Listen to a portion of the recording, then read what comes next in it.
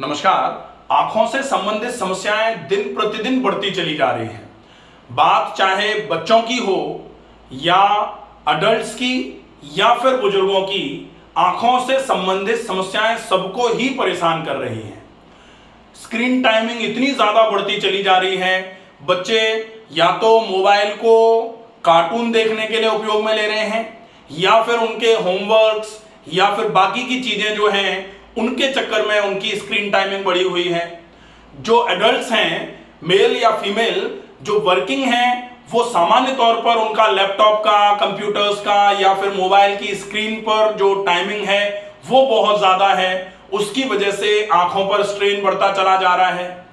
बुजुर्गों में सामान्य तौर पर वैसे ही आंखों की जो शक्ति है, जो देखने की क्षमताएं हैं, वो सामान्य तौर पर ड्यू टू एजिंग कमजोर पड़ती ही है, लेकिन साथ में शरीर में बढ़ती हुई कमजोरी एक बड़ा कारण होती है आंखों की क्षमताओं के घटने का। तो तीनों ही कंडीशंस में आप आंखों की समस्याओं से कैसे निजात पा सकते हैं, वीडियो में अंत तक बने रहें ताकि हम कुछ सिंपल से घरेलू नुस्खे जानें जो हमारी आंखों की समस्याओं को बहुत अच्छे तरीके से आराम पहुंचाने का काम करेंगे। सबसे पहला, आप सवेरे सवेरे जैसे ही जागें, जागते ही ऊषा पान करते हैं। ऊषा पान का मतलब जागते ही एक बार में ज्यादा पानी पीना। तो छोटे बच्चों से ही ये चीज शुरू करवा दीजिए कि बच्चा अगर बहुत छोटा भी है तो बेशक उसको 100 ml, 150, 200 ml पानी पिलाइए, लेकिन उसको पानी जागते ही जरूर पिलाएं। जो एडल्ट्स हैं वो कम से कम 3 ग्लास पॉसिबल हो जाए तो 4 ग्लास पानी पीना शुरू कर दें। पहला, पानी पीने के बाद जब वो थोड़ी देर रुक करके मोशन जाए, मोशन करके हाथ मुंह मंजन, जब हाथ मुंह धोकर मंजन करेंगे तो जब मंजन कर लें उसके बाद मुंह में खूब सारा पानी भर के आंखों को पूरा खोल करके ठंडे पानी के छींटे, ये बहुत आवश्यक है। पहला तो ऊषा पान, ये जरूरी है। दूसरे नंबर पर ठंडे पानी के छींटे, तो ठंडे पानी के छींटे आंखों पर जरूर डालें, आंखों पर, ठीक है। तीसरे नंबर पर बात जो आती है वो है आप गुलाब जल के पानी से या फिर त्रिफला के पानी से आंखों को धो लें। तो आंखों को धोएं किससे? गुलाब जल के पानी से या फिर त्रिफला के पानी से। तो गुलाब जल तो आपको पता है, गुलाब जल हर जगह अवेलेबल होता है। लगभग 10 ml गुलाब जल लगभग 50 ml पानी के साथ मिला करके आई वॉश कप्स आते हैं। उन आई वॉश कप्स में आप मैं दिखाऊं आई वॉश कप्स किस तरीके के रहेंगे। आई वॉश कप्स ये हैं, ऐसे कप्स में पानी को भरा, गुलाब जल का पानी जो है उसको भरा, और इस तरीके के कप्स आते हैं। ये देखें आप, ये जो कप है इसमें पानी भर दिया। पानी भरने के बाद आंख पर ऐसे लगा करके सिर को पीछे की तरफ किया। अब आंख को खोलना और बंद करना है। ये प्रोसेस जो है आंखों के लिए बहुत इफेक्टिव होता है। तो गुलाब जल का पानी। अब दूसरा है त्रिफला का पानी। तो त्रिफला के पानी में सबसे पहले ध्यान ये रखना है कि जिन बुजुर्गों ने अपनी आंखों का कैटरेक्ट का ऑपरेशन करा रखा है वो फिर त्रिफला के पानी से आंखें ना धोएं, ये विशेष ध्यान रखा जाए। या फिर जो लोग कॉन्टैक्ट लेंसेज का यूज करते हैं वो भी त्रिफला के पानी से आंखों को ना धोएं। बाकी सभी लोग त्रिफला के पानी से आंखों को धो सकते हैं। अब त्रिफला के पानी से आंखें कैसे धोई जाएंगी? लगभग 1/4 चम्मच त्रिफला का पाउडर लगभग 100 ml पानी में भिगो दिया जाए रात को। कोशिश करें कांच के बर्तन में, अगर मिट्टी का बर्तन हो जाए तो सोने पे सुहागा होगा। पानी ठंडा भी मिलेगा सवेरे फिर आपको तो वो पानी सवेरे सवेरे कपड़े से अच्छे तरीके से 4 से 8 बार छान लें ताकि उसमें कहीं कोई रेशा पाउडर का ना रह जाए। उस पाउडर को फिर आप इसमें भर करके कप में, और आई वॉश कप्स जो है इनमें भर करके फिर पानी को आंख पर लगा करके गर्दन को पीछे करके आंख को खोलना बंद करना है।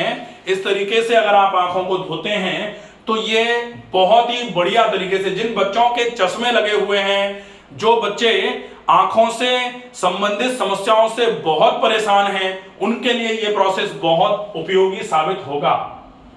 तो तीसरी चीज हो जाएगी आंखों को धोना। अब हम देखें कि अगर हम धूल मिट्टी धुएं में जा रहे हैं कहीं, तो कोशिश करना चाहिए, क्योंकि ईश्वर ने हमको आंखें दी हैं तो इनकी सुरक्षा की जिम्मेदारी भी हमारी है। सुरक्षा की जिम्मेदारी, धूल मिट्टी धुएं में अगर हम कहीं जा रहे हैं, बहुत चकाचौंध रोशनी जहां है, वहां हम सिंपल जो चश्मे हैं उनका उपयोग जरूर करें।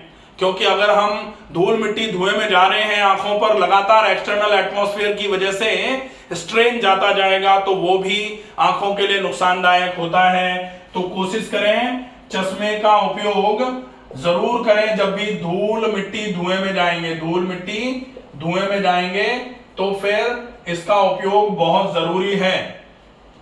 अब इसके बाद बात, ये तो हो गई सिंपल सी आंखों के लिए, डायरेक्ट आंखों पर आपको क्या करना है। अब कमजोरी चाहे आंखों की हो, चाहे आपके शरीर की कमजोरी हो, चाहे फेफड़ों की कमजोरी हो, या फिर लिवर कमजोर हो रहा हो, आंतें कमजोर हो रही हो, या फिर किडनी कमजोर हो रही हो, कमजोरी को दूर करने के लिए शरीर में क्षमताओं को बढ़ाना आवश्यक है। और शरीर में क्षमताओं को बढ़ाने के लिए प्रॉपर न्यूट्रिशन की आवश्यकता है। तो प्रॉपर न्यूट्रिशन सबसे ज्यादा जरूरी है। प्रॉपर न्यूट्रिशन का मतलब सामान्य तौर पर जैसे ही न्यूट्रिशन की बात आती है हम खाने पर लग जाते हैं, लेकिन प्रॉपर न्यूट्रिशन का मतलब होता है बैलेंस क्वांटिटी में, ना तो ज्यादा और ना कम। ज्यादा खाते हैं तो भी अति सर्वत्र वर्ज्यते, हमने पढ़ रखा है, हम जानते हैं, हम इसको कई बार दोहराते भी हैं लेकिन फॉलो अप नहीं करते।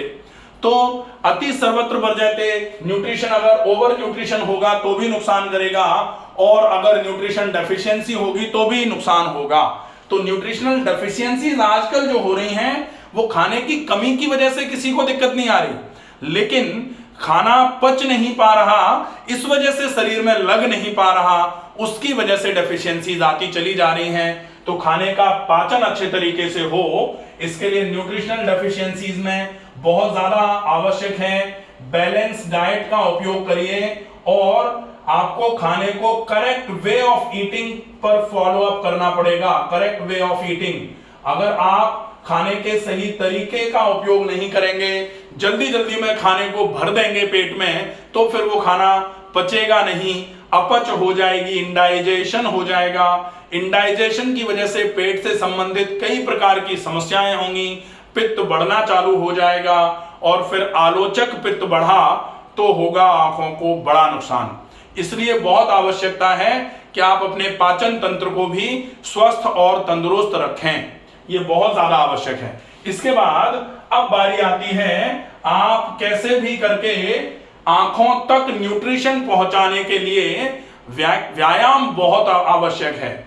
व्यायाम में आप कोशिश करिए ज्यादा से ज्यादा देर के लिए कोई भी कार्डियोवैस्कुलर एक्टिविटी, बच्चे सूर्य नमस्कार कर सकते हैं, जॉगिंग कर सकते हैं, जो लोग एडल्ट्स हैं वो कुछ एक्सरसाइजेस कर सकते हैं, कुछ आसन कर सकते हैं, टहल सकते हैं। बुजुर्ग लोगों के लिए टहलना और प्राणायाम, तो प्राणायाम तो बच्चे भी कर सकते हैं, एडल्ट्स भी कर सकते हैं, बुजुर्ग भी कर सकते हैं। प्राणायाम में बहुत अच्छा प्राणायाम अनुलोम विलोम नाड़ी शोधन वाला, इसका अभ्यास आप नियमित करिए, और ज्यादा मात्रा में शरीर में ऑक्सीजन पहुंचाने के लिए डीप ब्रीदिंग का अभ्यास करिए। डीप ब्रीदिंग में आप 8 गुना ज्यादा श्वास को भरते हैं और 8 गुना ज्यादा श्वास में से जो श्वास छोड़ते हुए कार्बन डाइऑक्साइड जो शरीर में होता है उसको बाहर निकालते हैं। तो डीप ब्रीदिंग आपके लिए बहुत ज्यादा उपयोगी साबित होगी। इन चीजों का उपयोग अगर आप रेगुलर करते हैं तो डेफिनेटली आपकी आंखों में बहुत अच्छा आराम होना चालू हो जाएगा। 2 इलाज आपके लिए प्राकृतिक चिकित्सा के हो सकते हैं। एक इलाज तो पेट को ठंडा करना है, पेट को ठंडे करने में पेट पर मिट्टी की पट्टी रख दी जाए, और एक इलाज डायरेक्ट आंखों पर, या तो मिट्टी की पट्टी आंखों पर और माथे पर रखी जाए, या फिर आप चाहें तो ठंडे पानी का कॉटन का कपड़ा ठंडे पानी में भिगो करके आंखों पर 2-2 5-5 मिनट के लिए भी अगर दिन में 2 बार रख लेते हैं आप, आंखों में बहुत बढ़िया ताजगी आएगी। आपके आंखों में धीरे धीरे करके ठंडक की वजह से थोड़े समय के लिए ठंडक का उपयोग करेंगे तो वैसोडाइलेटेशन होगा। रिएक्शन के फेजेस में ठंडक में तो कॉन्ट्रैक्शन होगा, जैसे ही आप उसको हटाएंगे तो रिएक्शन होगा। तो ठंडे पानी का गीला कपड़ा लगभग 5 मिनट, जो लोग बहुत ज्यादा देर तक ठंडा पानी रखते हैं तो वो कॉन्ट्रैक्शन होता है, फिर तो वो वैसो कंस्ट्रिक्शन जो है वो ठंडक पहुंचा तो रहा है लेकिन कॉन्ट्रैक्शन होके पहुंचा रहा है। तो आपको फॉर शॉर्टर ड्यूरेशन ठंडक पहुंचानी है आंखों पर। ये दोनों उपचार भी आपके लिए बहुत उपयोगी साबित होंगे। आशा है ये वीडियो आपको पसंद आएगा। ज्यादा से ज्यादा लोगों तक इस वीडियो को पहुंचाएं। स्वस्थ रहें, सुरक्षित रहें। धन्यवाद।